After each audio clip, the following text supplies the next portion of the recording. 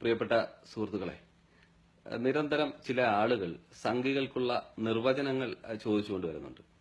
അപ്പം എന്റെ ഒരു കാഴ്ചപ്പാടിൽ സംഘി എന്ന് പറഞ്ഞു കഴിഞ്ഞാൽ അതിന് സ്ഥാനമാനങ്ങളിൽ ഏറ്റവും ഉന്നതിയിലുള്ളതായാലും ഏറ്റവും താഴേക്കിടയിലുള്ള അമ്പലസംഖ്യയായാലും ഇവരുടെ എല്ലാം മനോഭാവം ഒന്ന് തന്നെയാണ്. ഇവരുടെ എല്ലാം പ്രവർത്തികൾ എന്ന് പറയുന്നത് രാജ്യത്തിനെതിരെയുള്ള പ്രവർത്തികളാണ്, ദേശദ്രോഹമാണ് ഇവരുടെ മെയിനായിട്ടുള്ള പ്രവൃത്തി എന്ന് പറയുന്നത്. അല്ല, നമുക്ക് ബ്രിട്ടീഷുകാർ ഇന്ത്യ ഭരിക്കുന്ന കാലഘട്ടത്തിൽ തന്നെ ഇന്ത്യയിൽ ബ്രിട്ടീഷുകാരെ ഏറ്റവും കൂടുതൽ സഹായിച്ചിട്ടുള്ളത് ഈ സംഘികളാണ്.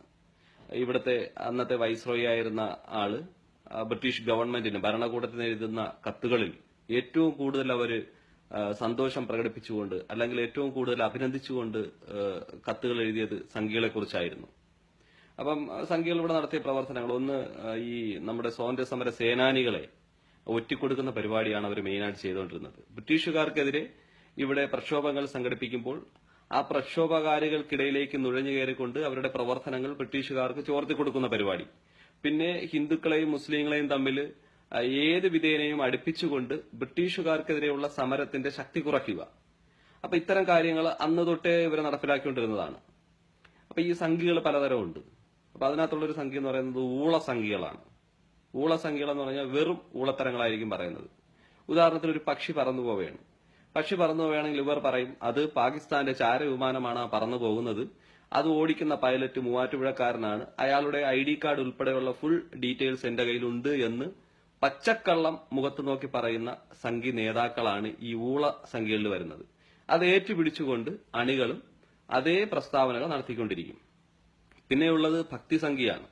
ഭക്തി സംഖ്യകൾ എന്ന് പറഞ്ഞു കഴിഞ്ഞാൽ അവരെപ്പോഴും അമ്പലത്തിന്റെ നടയിലും ആ ഭാഗത്തൊക്കെ ഈ കാക്കി ട്രൗസറും കുറുവടിയൊക്കെ ആയിട്ട് കറങ്ങി നടക്കും. വൈകുന്നേരമാകുമ്പോൾ കാണിക്ക വഞ്ചി കുത്തിപ്പൊളിക്കുകയോ വഴിയെ പോകുന്ന ആളുകളെ ആക്രമിക്കുകയോ ചെയ്യുന്ന ഒരു പരിപാടിയാണ് അവർക്കുള്ളത്. ഭക്തിമൂത്ത് ഭ്രാന്തായി എന്നൊക്കെ നമ്മൾ പറയുന്നത് പോലെ. പിന്നെ ഉള്ളത് ചാണക സംഖ്യയാണ്. എന്ത് പറഞ്ഞാലും അവർ അവസാനം അത് ചാണകത്തിലോ പശുവിലോ കൊണ്ടുവന്ന് നിർത്തും. ഉദാഹരണത്തിന് ക്യാൻസർ രോഗമുണ്ട് എങ്കിൽ പശുവിനോടൊപ്പം ഒരാഴ്ച തൊഴുത്തിൽ കിടന്നാൽ ക്യാൻസർ മാറുമെന്നും മനുഷ്യന്റെ ജീനും DNA ഒക്കെ പശുവിന്റേതായിട്ട് സാമ്യമുണ്ട് എന്നും അല്ലെങ്കിൽ ഒന്നാണ് എന്നൊക്കെ പ്രസ്താവന നടത്തുന്ന ആളുകളാണ്. അൾട്രാവയലറ്റ് രശ്മികൾ ഭൂമിയിൽ പതിക്കാത്തതിന് കാരണം ഈ പശുക്കളാണ്. അൾട്രാവയലറ്റ് രശ്മികളെ പശുക്കളുടെ ശരീരം ആഗിരണം ചെയ്തതിന് ശേഷം അത് ഓക്സിജനായി പുറത്തു വിടുന്നു എന്നൊക്കെയാണ് ഇവർ പറയുന്നത്. അപ്പോൾ ഈ രീതിയിലാണ് ഇവർ കാര്യങ്ങൾ പ്രചരിപ്പിക്കുന്നത്. പിന്നെയുള്ളത് ലോലസംഖ്യകളാണ്. ലോലസംഖ്യകൾ എന്ന് പറയുമ്പോൾ ചെയ്യുന്ന കാര്യങ്ങളെല്ലാം മണ്ടത്തരങ്ങളാണ് എന്ന് വരികയും ജനങ്ങൾ അതിനെതിരെ ശക്തമായ രീതിയിൽ പ്രതികരിക്കുകയും ചെയ്യുമ്പോൾ അവസാനത്തെ ആയുധം എന്നുള്ള നിലയിൽ കരഞ്ഞ് കാല് പിടിക്കുന്ന ആളുകളാണ്. അത്തരം സംഖ്യകളാണ് ലോലസംഖ്യകൾ. പൊട്ടിക്കരഞ്ഞുകൊണ്ടൊക്കെ അവര് ഈ ജനങ്ങളെ സ്വാധീനിക്കാൻ ശ്രമിക്കും. പിന്നെയുള്ളത് കോണക സംഖ്യയാണ്.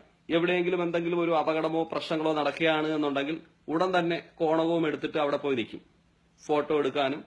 അതുപോലെ തന്നെ അവിടെ എന്തെങ്കിലും സാധനങ്ങളോ എന്തെങ്കിലും കിട്ടുകയാണെന്നുണ്ടെങ്കിൽ അത് അടിച്ചു മാറ്റിക്കൊണ്ട് പോകുന്ന ആളുകളാണ് ഈ കോണക സംഖ്യകൾ. വേറൊരു പണി അവിടെ പോയി എടുക്കൂല. എന്ത് അപകടം ഉണ്ടായാലും പ്രകൃതിക്ഷോഭം ഉണ്ടായാലും ഓടി ആ സ്പോട്ടിൽ എത്തിയതിനു ശേഷം അവിടെ നിന്ന് കിട്ടുന്ന സാധനങ്ങൾ അടിച്ചു മാറ്റുക, അവിടെ പോയി സെൽഫി എടുക്കുക, സെൽഫി എടുത്ത് ഫേസ്ബുക്ക് വഴി പ്രചരിപ്പിക്കുക.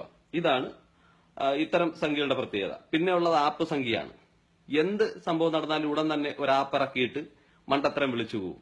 ഇപ്പൊ തന്നെ പ്രധാനമന്ത്രിയുടെ ഒരു ആപ്പ് ഇറക്കിയിട്ട് 2000 രൂപ നോട്ട് നിങ്ങളുടെ മൊബൈലിന് അടുത്ത് വെച്ചാൽ മതി, കള്ളനോട്ടാണോ എന്ന് അറിയാൻ സാധിക്കും, അല്ലെങ്കിൽ ഇത് പ്രധാനമന്ത്രിയായിട്ടുള്ള നരേന്ദ്രമോദിയുടെ മാജിക് ആണ് എന്നൊക്കെ പറഞ്ഞ് സ്വയം വിഡ്ഢിയാകുന്നതോടൊപ്പം ജനങ്ങളുടെ മുന്നിൽ ഒരു പരിഹാസ്യ കഥാപാത്രമായി മാറുന്ന സംഖ്യകൾ.